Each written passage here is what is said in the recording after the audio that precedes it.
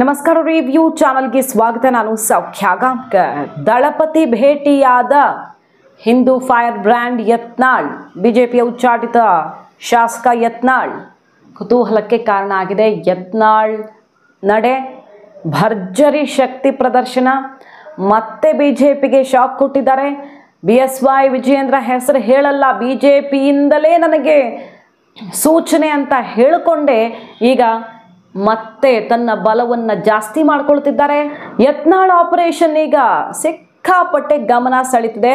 ರಾಜ್ಯ ರಾಜಕಾರಣದಲ್ಲಿ ಯಾವುದೇ ಪೋಸ್ಟ್ ಇಲ್ಲದೆ ಸದ್ದು ಮಾಡ್ತಿರುವಂತಹ ಯತ್ನಾಳ್ ಲೆಕ್ಕಾಚಾರ ಏನು, ಡೀಟೇಲ್ಸ್ ಇರ್ತಾ ಹೋಗ್ತೀವಿ. ಮಿಸ್ ಮಾಡಿದ್ರೆ ನಮ್ಮ ಚಾನಲ್ನ ಸಬ್ಸ್ಕ್ರೈಬ್ ಮಾಡಿ, ನಿಮ್ಮ ಅಭಿಪ್ರಾಯ ಕಮೆಂಟ್ ಮಾಡಿ ತಿಳಿಸಿ. ಎಸ್ ವೀಕ್ಷಕರೇ, ಯತ್ನಾಳ್ ಅವರು ಕೆಲವು ದಿನಗಳ ಹಿಂದೆ ಕುಮಾರಸ್ವಾಮಿ ಅವ್ರ ಬಗ್ಗೆ ಏನು ಮಾತಾಡಿದ್ರು ಅನ್ನೋದನ್ನು ಕ್ವಿಕ್ ಆಗಿ ನೆನಪು ಮಾಡ್ಕೊಳ್ಳೋಣ.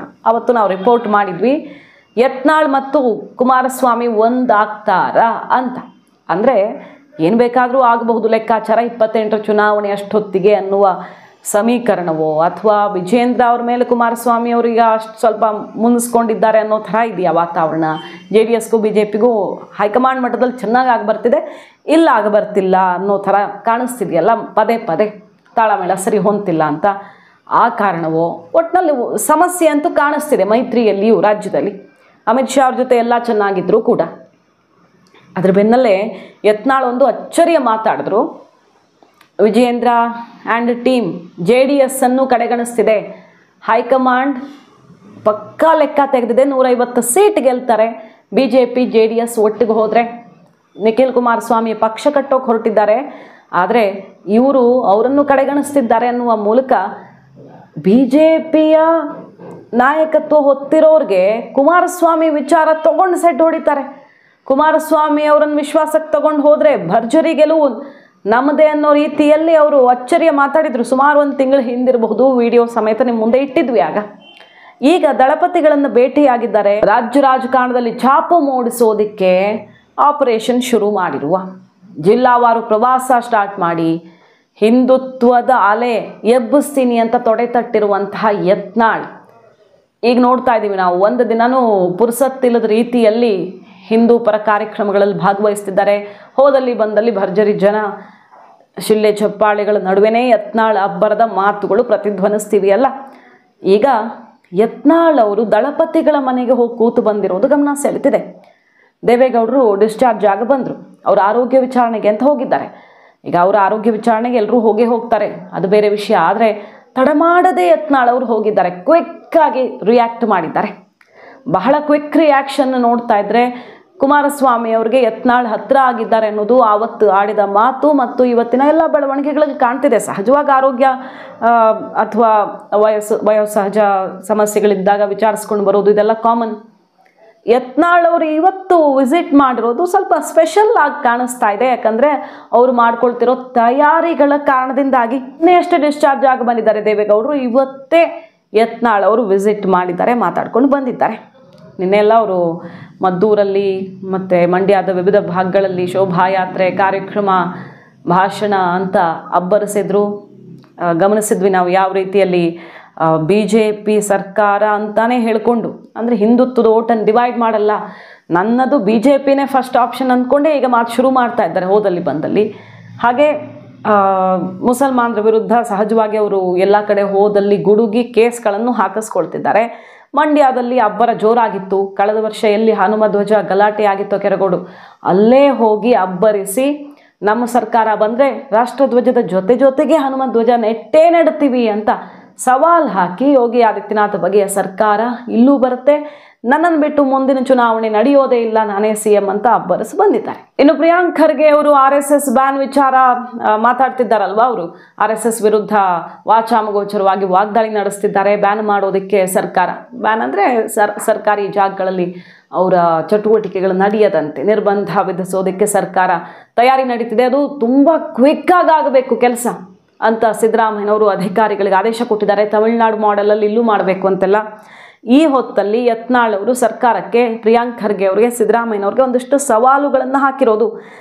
ನೀವು RSS ದೊಣ್ಣೆ ಬೀಸ್ತಾ ಹೋಗುತ್ತೆ, ಪೊಲೀಸರ ಅನುಮತಿ ಪಡೆಯದೇ ಅವರು ದೊಣ್ಣೆ ಹಿಡ್ಕೊಂಡು ಕ್ರೌರ್ಯ ಪ್ರದರ್ಶನ ಮಾಡಿ ಮಕ್ಕಳ ಮನಸ್ಸನ್ನು ಕೆಡಿಸ್ತಿದ್ದಾರೆ ಅಂತ ಹೇಳ್ತೀರಲ್ವ. ಹಾಗಾದರೆ ನೀವು ಯಾವಾಗ ಬೇರೆ ಕೋಮಿನವರ ಹಬ್ಬಗಳ ದಿನ ತಲವಾರು ಹಿಡಿದು ಹೆಲ್ಮೆಟ್ ಧರಿಸದೇ ಓಡಾಡುವ ಪುಂಡರಿಗೆ ಹೆಡೆಮುರಿ ಕಟ್ತೀರಿ? ಪ್ರಿಯಾಂಕ್ ಖರ್ಗೆ ಅವರೇ ಉತ್ತರಿಸಿ, ಇದು ನಿಮಗೆ ಕ್ರೌರ್ಯದಂತೆ ಕಾಣಲ್ವಾ ಅಂತ ಸವಾಲು ಹಾಕಿದ್ದಾರೆ. ನಿಷೇಧ ಮಾಡೋದಕ್ಕೆ ನಿಮಗೆ RSS ಕಾಣುತ್ತೆ, SDPI ಯಾಕೆ ಕಾಣಲ್ಲ? ಅದರದ್ದೇ PFI ಬ್ಯಾನ್ ಆಗಿದೆ. ಅವರು ಪೊಲಿಟಿಕಲ್ ಪ್ಲಾಟ್ಫಾರ್ಮ್ ರೀತಿಯಲ್ಲಿ SDPI ಅವರು ಮಾಡ್ತಿರೋವಂಥದ್ದು ಎಲ್ರಿಗೂ ಗೊತ್ತಿದೆ. ಮಾಡೋದಾದ್ರೆ ಅವ್ರನ್ನ ಮಾಡಿ ಅಂತ ಸವಾಲು ಹಾಕಿರೋದು. ಬಕ್ರೀದ್ ಇತರೆ ಹಬ್ಬಗಳಲ್ಲಿ ಪ್ರಾಣಿ ಬಲಿಯನ್ನು ನಿಷೇಧಿಸಿ ನಿಮಗೆ ತಾಕತ್ತಿದ್ರೆ ಅದು ನಿಮ್ಗೆ ಕ್ರೌರ್ಯದ ರೀತಿ ಕಾಣಿಸ್ತಿಲ್ವೇ? RSS ಟಿಕ್ಕು, ಈ ಕೋಲ್ ಬೀಸೋದು ಕ್ರೌರ್ಯ ಅಂತ ಅಂತಿರುವಂಥ ಪ್ರಿಯಾಂಕ್ ಖರ್ಗೆ ಅವರಂತ ಸವಾಲು ಹಾಕಿದ್ದಾರೆ. ಹಾಗೆ ಗಣಿತ, ವಿಜ್ಞಾನ, ಆಂಗ್ಲ ಯಾವುದೂ ಹೇಳ್ಕೊಡದೆ ಧರ್ಮದ ಬಗ್ಗೆ ತಪ್ಪು ಕಲ್ಪನೆಗಳನ್ನು ನೀಡೋದಿಕ್ಕೆ ಅಂತಾನೆ ಕಾರ್ಯಾಚರಿಸ್ತಿರುವಂತಹ ಕ್ರಮಗಳು ಹಲವು ಕಡೆಗಳಲ್ಲಿ ಈಗ ಸಿಕ್ಕಾಕೊಂಡಿರೋದು. UPಲೆಲ್ಲ ನೋಡ್ತಿದ್ದೀವಲ್ಲ, ಮದರಸಾಗಳು, ಯತ್ನಾಳ್ ವಾಗ್ದಾಳಿ, ಅಂತಹ ಮದರಸಾ ನಿಷೇಧಿಸ್ಲಿ ತಾಕತ್ತಿದ್ರೆ ಅಂತ ವಾಗ್ದಾಳಿ ನಡೆಸಿದ್ದಾರೆ, ಸವಾಲು ಹಾಕಿದ್ದಾರೆ. ಬಕ್ರೀದ್ ಇತರೆ ಹಬ್ಬಗಳ ಪ್ರಾಣಿ ಬಲಿಯನ್ನು ನಿಷೇಧ ಮಾಡಿ ತೋರಿಸ್ಲಿ. ಈ ರೀತಿ ಕಾಂಗ್ರೆಸ್ಗೆ, ಪ್ರಿಯಾಂಕ್ ಖರ್ಗೆ ಅವ್ರಿಗೆ RSS ನಿರ್ಬಂಧ ವಿಧಿಸೋ ಮುನ್ನ ಇದನ್ನು ಮಾಡಿ ತೋರಿಸ್ಲಿ ಅಂತ ಸವಾಲು ಎಸಗಿದ್ದಾರೆ. ಕಲಬುರಗಿ ಜಿಲ್ಲೆಯನ್ನು ಅಭಿವೃದ್ಧಿ ಮಾಡಿ ಪಾಪ ಆಮೇಲೆ ಬೇರೆದ್ರ ಬಗ್ಗೆ ಮಾತಾಡಲಿ ಅಪ್ಪ ಮಗ ಅಂತ ಪ್ರಿಯಾಂಕ್ ಖರ್ಗೆ ವಿರುದ್ಧ ವಾಗ್ದಾಳಿ ನಡೆಸಿದ್ದಾರೆ ಯತ್ನಾಳ್. ದೊಡ್ಡ ಖರ್ಗೆ ಅವರಿಂದಾನೇ ಏನು ಮಾಡೋಕ್ಕಾಗಿಲ್ಲ, ಇನ್ನು ಇವ್ರೇನು ಮಾಡ್ತಾರೆ, ಮೂರ್ಖತನದ ಪರಮಾವಧಿ ಅಂತ ಮುಗಿಬಿದ್ದಿರೋದು ಖರ್ಗೆ ಆ್ಯಂಡ್ ಫ್ಯಾಮಿಲಿ ವಿರುದ್ಧ ಯತ್ನಾಳ್. ಪ್ರಿಯಾಂಕಾ ಖರ್ಗೆ ಒಬ್ಬ ಮಹಾಮೂರ್ಖ, ಶತಮೂರ್ಖ. ಯಾಕಂದ್ರೆ ನೆಹರೂಗ ಏನು RSS ಅನ್ನ ನಿಷೇಧ ಮಾಡ್ಲಿಕ್ಕಾಗಲ್ಲ, ನೆಹರೂಗೂ ಮಾಡ್ಲಿಕ್ಕಾಗಲಿಲ್ಲ, ಇಂದಿರಾ ಗಾಂಧಿಗೆ ಮಾಡ್ಲಿಕ್ಕಾಗಲಿಲ್ಲ. ಈ ಬಚ್ಚಾಗಿ ಏನಾಗ್ತದೆ, ಇದೊಂದು ಸುಮ್ಮನೆ ಬಚ್ಚ, ಇದು ಸುಮ್ಮನೆ ಏನೋ ಹೇಳ್ತದೆ. ಯಾಕಂದ್ರೆ ಮುಸ್ಲಿಮರು ಖುಷಿ ಪಡಿಸ್ಲಿಕ್ಕೆ RSS ಅನ್ನ ಈ ದೇಶದ ಕಾನೂನಿನ ಅಡಿಯಲ್ಲಿ ನಿಷೇಧ ಮಾಡಲಿಕ್ಕೆ ಎಲ್ಲಿ ಅವಕಾಶ ಇಲ್ಲ. ಸುಪ್ರೀಂ ಕೋರ್ಟ್ನಲ್ಲಿ ಕ್ಲಿಯರ್ ಆಗಿ ಜಜ್ಮೆಂಟ್ ಇದೆ. ಅದಕ್ಕೆ RSS ಅನ್ನುವಂಥದ್ದನ್ನು ಸೂರ್ಯಚಂದ್ರವರೆಗೆ ಭಾರತದಲ್ಲಿ ಇರ್ತದೆ. ಒಂದಿಲ್ಲ ಒಂದು ದಿವಸ RSSನ ಆಶೀರ್ವಾದ ಮಾರ್ಗದರ್ಶನದಿಂದ ಭಾರತ ಹಿಂದೂ ರಾಷ್ಟ್ರ ಆಗ್ತದೆ.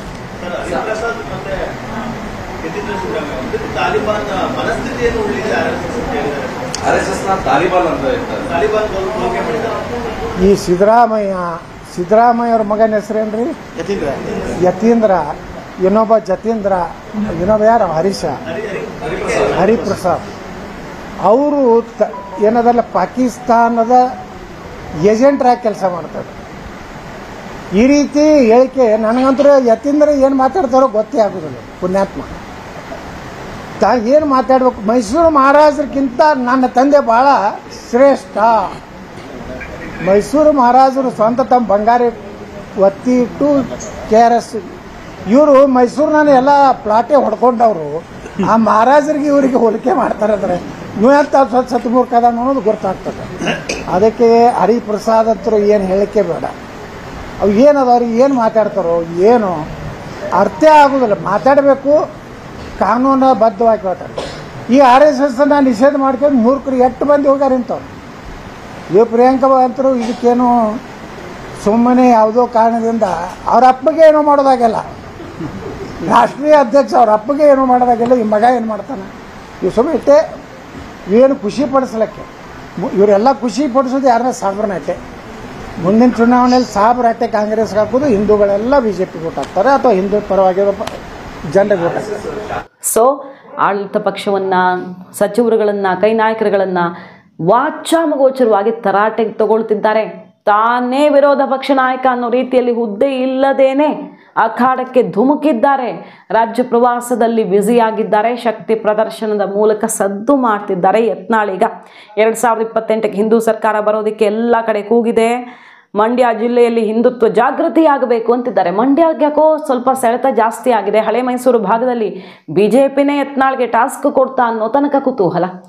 ಅಥವಾ ಮೈತ್ರಿ ಸ್ಟ್ರಾಂಗ್ ಆಗಬೇಕಂದ್ರೆ ಅಲ್ಲಿ JDSಗೆ ಕಾಂಗ್ರೆಸ್ಸನ್ನು ಬಗ್ಗು ಬಡಿಯೋದಕ್ಕೆ ಹಿಂದುತ್ವದ ಮತಗಳೂ ಕೂಡ ಬಂದರೆ ಅನುಕೂಲ ಅನ್ನೋ ಲೆಕ್ಕಾಚಾರದಲ್ಲಿ BJPನೇ JDS ಕೈ ಬಲಪಡಿಸೋದಕ್ಕೆ ಮುಂದಾಗಿದೆಯಾ? ಯಾಕಂದರೆ JDS ಬಿಟ್ಟು ಹೋಗುವ ಪ್ಲಾನ್ ಇಲ್ಲವೇ ಇಲ್ಲ BJPಗೆ. 80ರಿಂದ 95 ಕ್ಷೇತ್ರಗಳು JDS ಸ್ಪರ್ಧೆ ಮಾಡಬೇಕು ಅನ್ನೋದು ಹೈಕಮಾಂಡಿಂದಾನೇ ಇರುವ ಸೂಚನೆ ಅಂತಲೇ ಹೇಳಲಾಗುತ್ತೆ. 50 ಗೆದ್ದೇ ಗೆಲ್ಲತ್ತೆ ಮೈತ್ರಿಯಲ್ಲಿ ಹೋದರೆ JDS ಅಂತ, ಆವಾಗ 150 ಆಗುತ್ತೆ ಕಾಂಬಿನೇಷನ್ನಲ್ಲಿ ಅನ್ನೋದು ಲೆಕ್ಕಾಚಾರ ಅವರು ಸರ್ವೆ ಸಮೀಕ್ಷೆಲೆಲ್ಲ ಮಾಡ್ಕೊಂಡಿರೋದು. ಸೊ ಮಂಡ್ಯ, ಹಳೆ ಮೈಸೂರು ಭಾಗದಲ್ಲಿ ಒಂದು BJPಗೂ ಕೂಡ ಭದ್ರ ನೆಲೆಯನ್ನು ಕಲ್ಪಿಸೋದು, ಜೊತೆಗೆ ಈ ಚುನಾವಣೆಯಲ್ಲಿ 28 ಚುನಾವಣೆಯಲ್ಲಿ ಮೈತ್ರಿಯ ಮೂಲಕ BJP JDSಗೂ ಕೊಡುಗೆಯನ್ನು ಕೊಡೋದು, ಹಿಂದುತ್ವದ ಕೊಡುಗೆಯನ್ನು ಕೊಡೋದು ಪ್ಲಾನ. ಅದರ ಭಾಗವಾಗಿ ಯತ್ನಾಳ್ಗೆ BJPಯಿಂದಲೂ ಬಲವಿದೆಯಾ? ಇದು ನಾವು ಹೇಳೋದಲ್ಲ, ಯತ್ನಾಳೇ ಹೇಳ್ತಾರೆ, ನನಗೆ BJPಗರೇ ಸಲಹೆ ಕೊಟ್ಟಿದ್ದಾರೆ, ಯಡಿಯೂರಪ್ಪನವ್ರ ವಿರುದ್ಧ, ವಿಜೇಂದ್ರ ವಿರುದ್ಧ ಮಾತಾಡೋದು ಬಿಟ್ಟು ನೀವು ಕೆಲಸ ಮುಂದುವರಿಸಿ ಅಂತ ಸಲಹೆ ಕೊಟ್ಟವರಿದ್ದಾರೆ. ನಾವು ಸ್ಟೆಪ್ ಬೈ ಸ್ಟೆಪ್ ಸಲಹೆ ಎಲ್ಲ ಅಕ್ಸೆಪ್ಟ್ ಮಾಡ್ಕೊಳ್ತಾ ಇದ್ದೀನಿ ಅಂತ ಅವರು ಹೇಳಿದ್ದಾರೆ, ಬಾಯ್ಬಿಟ್ಟು ಹೇಳಿದ್ದಾರೆ. ಸೊ BJPಯಲ್ಲಿ ಯಾರ್ಯಾರು ಸಲಹೆ ಕೊಡ್ತಿದ್ದಾರೆ ಅವ್ರಿಗೆ ಅನ್ನೋದು ಗೊತ್ತಿಲ್ಲ. ಯತ್ನಾಳ್ ಅವರ ಅಬ್ಬರದ ಭಾಷಣದ ಸಾರಾಂಶ ನೋಡಿ, ಇವರು ಬರೀ 4% ಇದ್ದಾರೆ, ಹಿಂದೂಗಳ ರಕ್ಷಣೆ ಮಾಡಬೇಕು, ಮುಸ್ಲಿಂ ಓಲೈಕೆ ಆಗ್ತದೆ, ಇದು ಮುಸ್ಲಿಂ ಸಪೋರ್ಟೆಡ್ ಸರ್ಕಾರ, ಅವ್ರಿಗೋಸ್ಕರವೇ ಇರೋ ಸರ್ಕಾರ ಅಂತ ಮುಗಿಬಿದ್ದಿದ್ದಾರೆ. ಮುಂದೆ ಮುಸ್ಲಿಂ ಆಗಿ ಹುಟ್ಟಬೇಕು ಅಂತಾರೆ, ಮುಸ್ಲಿಂ ಕಾರ್ಯಕ್ರಮದಲ್ಲಿ ಟೋಪಿ ಹಾಕ್ತಾರೆ, ರಾಜ್ಯ ಸರ್ಕಾರದ ಹಿಂದೂಗಳ ರಕ್ಷಣೆಗೆ ಯಾವುದೇ ಬಗ್ಗೆ ಜವಾಬ್ದಾರಿ ಇಲ್ಲ, ಕರ್ನಾಟಕವನ್ನು ಮುಸ್ಲಿಂ ಮಾಡೋದಕ್ಕೆ ಹೊರಟಿದೆ ಈ ಸರ್ಕಾರ ಅಂತ ಅನ್ಯಾಯದ ವಿರುದ್ಧ ಕಠಿಣ ಹೋರಾಟದ ಎಚ್ಚರಿಕೆಯನ್ನು ಕೊಟ್ಟಿದ್ದಾರೆ. ಈ ಒಗ್ಗಟ್ಟಿನ ಪ್ರದರ್ಶನ ಖಂಡಿತವಾಗಿಯೂ ಮುಂದಿನ ಚುನಾವಣೆಯಲ್ಲಿ ಹಿಂದುತ್ವದ ಆಧಾರದಲ್ಲಿಯೇ ಸರ್ಕಾರ ರಚನೆಗೆ ಅನುವು ಮಾಡಿಕೊಡುತ್ತೆ ಅಂತ ಸಂದೇಶವನ್ನು ರವಾನಿಸಿ ಬಂದಿದ್ದಾರೆ. ಸೊ ಯತ್ನಾಳ್ ಅಬ್ಬರ ಬ್ಯಾಕ್ ಟು ಬ್ಯಾಕ್ ಈಗ ವಿವಿಧ ಜಿಲ್ಲೆಗಳಲ್ಲಿ ಗಮನ ಸೆಳೀತಿರೋದು. ಈಗ ಪ್ರತಿದಿನ ನಾವು ನೋಡ್ತಾ ಇದ್ರೆ, ನಾವು ನಿಮ್ಮ ಮುಂದೆ ಇರ್ತಾನೆ ಇದೀವಿ ಎಲ್ಲ ರಿಪೋರ್ಟ್ಸ್ನ. ಯತ್ನಾಳ್ ಅವ್ರಿಗೆ ಸಂಬಂಧಪಟ್ಟಂತೆ ಮೆಗಾ ಡೆವಲಪ್ಮೆಂಟ್ಸ್ಗಳು ಆಗ್ತಾನೆ ಇದ್ದಾವೆ. ಒಂದು ಕಡೆ ಕೈ ಒಳಗಡೆ CM ಕುರ್ಚಿ ಜಟಾಪಟಿ, BJPಯ ಒಳಗಡೆನೂ ನವೆಂಬರ್ ಕ್ರಾಂತಿ ಅಂತ ಇವ್ರುಗಳೇ ಹೇಳ್ತಿದ್ದಾರೆ, BJPಯವರೇ ವಿಜೇಂದ್ರ ವಿರೋಧಿ ಬಣ. ಅಲ್ಲೂ ಕೂಡ ಅಧ್ಯಕ್ಷ ಕುರ್ಚಿ ಕ್ರಾಂತಿಯ ಅಥವಾ ಏನು ಬರೋದು ಭ್ರಾಂತಿಯ ಅನ್ನೋದ್ರ ಬಗ್ಗೆ ಚರ್ಚೆ ಆಗ್ತಿದೆ. ಆದರೆ ಯತ್ನಾಳ್ ಅವರು ಸುತ್ತ ಅಂತೂ ಕಳೆದ ಕೆಲವು ದಿನಗಳಿಂದ ನಿರಂತರವಾದಂಥ ಡೆವಲಪ್ಮೆಂಟ್ಸನ್ನು ನೋಡ್ತಾ ಇದ್ದೀವಿ. ಸೊ ಭರ್ಜರಿ ತಯಾರಿ ಸಿಂಗಲ್ ಆಗೇ ಮಾಡ್ತಿರುವಂಥ ಯತ್ನಾಳ್ ಈಗ ಎಲ್ಲರ ಗಮನ ಸೆಳೀತಿರೋದು. ಮಾಹಿತಿ ಇಷ್ಟ ಆಗಿದ್ರೆ ಮಿಸ್ ಮಾಡಿದ್ರೆ ನಮ್ಮ ಚಾನಲ್ನ ಸಬ್ಸ್ಕ್ರೈಬ್ ಮಾಡಿ, ನಿಮ್ಮ ಅಭಿಪ್ರಾಯ ಕಮೆಂಟ್ ಮಾಡಿ ತಿಳಿಸಿ. Thank you.